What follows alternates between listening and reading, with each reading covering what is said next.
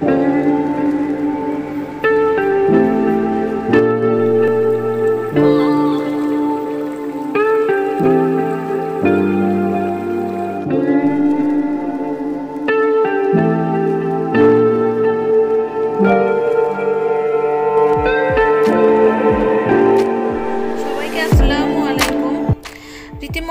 আবারও একটি নতুন ব্লগ নিয়ে আপনাদের মাঝে চলে আসলাম।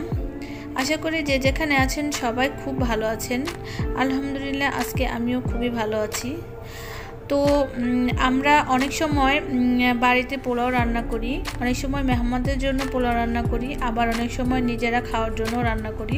তো সব সময় একরকম খাওয়া হয় না, কখনো কখনো দেখা গেল যে আমাদের অনেক বাড়তি পোলাও থেকে যায়।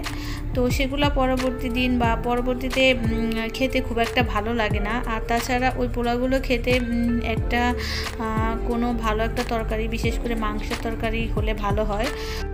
সেক্ষেত্রে যদি আমরা পোলাওগুলোকে দিয়ে বিরিয়ানি রান্না করি, আমি আজকে যেভাবে রান্না করতেছি ঠিক এভাবে যদি আপনারা ফলো করে রান্না করেন তাহলে দেখবেন যে খেতে খুবই টেস্টি হবে।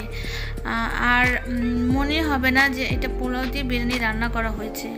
যেভাবে আমরা বিরিয়ানি রান্না করি ঠিক সেই সেম প্রসেসে সব মশলা দিয়ে, বিরিয়ানি মশলা দিয়ে আমি আজকে পোলাওটা রান্না করতেছি, বিরিয়ানিটা রান্না করতেছি। তো দেখতে থাকেন আর আমার সাথেই থাকেন। ভালো লাগলে অবশ্যই একটা লাইক করে দিবেন, আর যারা নতুন আছেন তারা আমার চ্যানেলটি সাবস্ক্রাইব করে দিবেন, আর পাশে থাকা বেল আইকনটি ক্লিক করে দিবেন। তো আর কথা বাড়াবো না, দেখতে থাকেন আমি কিভাবে পোলাও দিয়ে বিরিয়ানি রান্না করি। খুবই আনকমন একটা খাবার, তবে খেতে একদম বিরিয়ানির মতোই।